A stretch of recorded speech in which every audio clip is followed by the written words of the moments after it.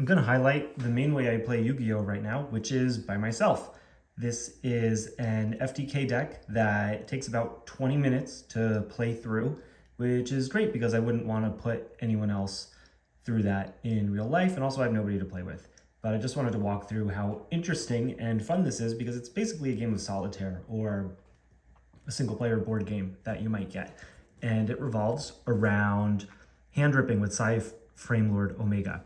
Basically, you summon this guy 3 times to rip a card out of the opponent's hand, and then you summon Trishula once to rip another card out of their hand, and then you recycle it back with Baxia, and then you summon Trishula again to rip the 5th card out of the hand.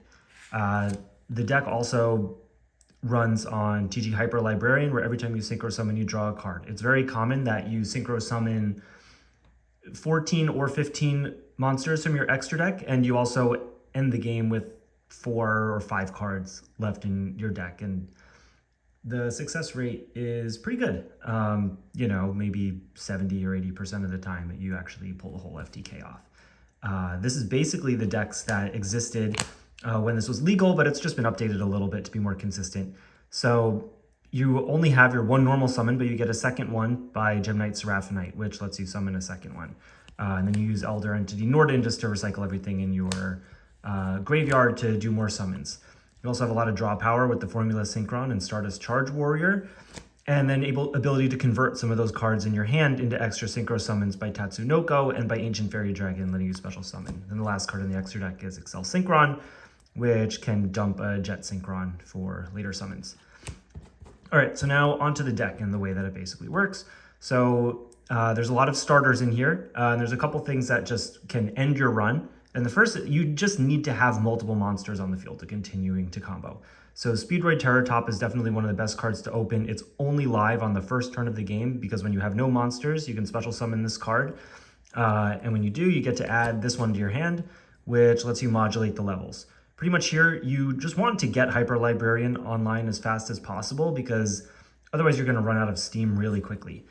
The other thing that you really want to get online as quickly as possible is one of the level eaters. If you can get one into the graveyard, then you're going to be able to continue to combo, make it really easy to get into those Formula Synchrons, which will let you draw 2 cards with Hyper Librarian. So that's really important. So there's a couple consistency spell cards that let you do that. Foolish Burial, 1 for 1. There's a handful of other level 1 tuners that can special summon themselves from the graveyard or from the hand to let you continue to combo.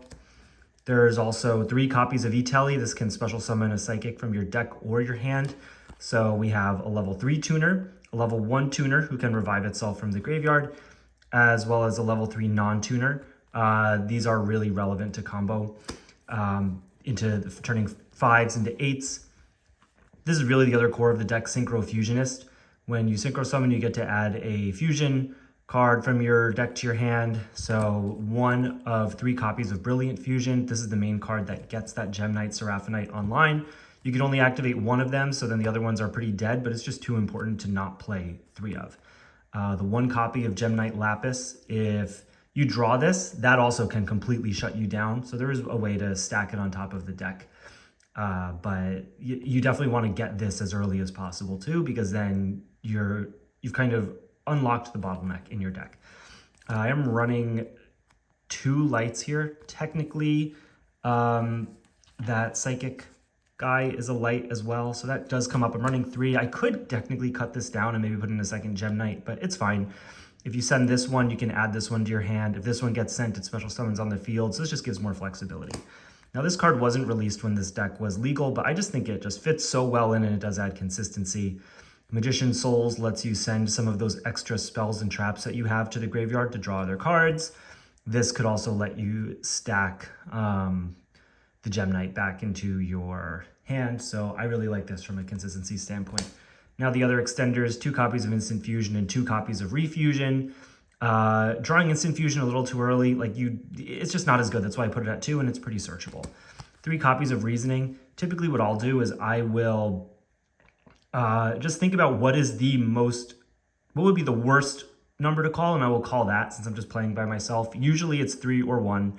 And so you just have to think about, okay, well, I'm more likely to really need a 1 or hit a 1, so I'm going to call a 1 and then see what happens. And usually you can still play through it even if that happens, but amazing card. And then just card destruction, 3 upstarts, and a soul charge. So there's a handful of cards in here that let you, that make you pay life points. Instant Fusion costs 1,000, Refusion costs 800 each. Trick Clown burns you for 1,000. What else is there? There's a couple others. Recover burns you for 2,000. And I think that's about it. And then there's Soul Charge. So if you hit an Instant Fusion and the Trick Clown, oh, and there's also that Frankenderp thing that you have to pay 500 to draw a card. So between all of that, you're only really guaranteed to be able to special summon 1 monster off Soul Charge if you play both Refusions and the Frankenderp and the Trick Clown and the Instant Fusion. Then you would be left with 6,100 life points, which means you can only get 1. But let's say you don't Frankenderp, then you could get 2, and you could get up to 3 in certain situations. But it's very possible to play all 3 upstarts, and so your opponent would technically have 11,000 life points, and you would be left with under 1,000, but they would have no cards in hand, and so then on the next turn you would just kill them. It's a fun deck. It just gives you something to do, right, if you are just looking to combo off, and so that's why I really enjoy it. And I'll show a couple test hands so you can see how it goes.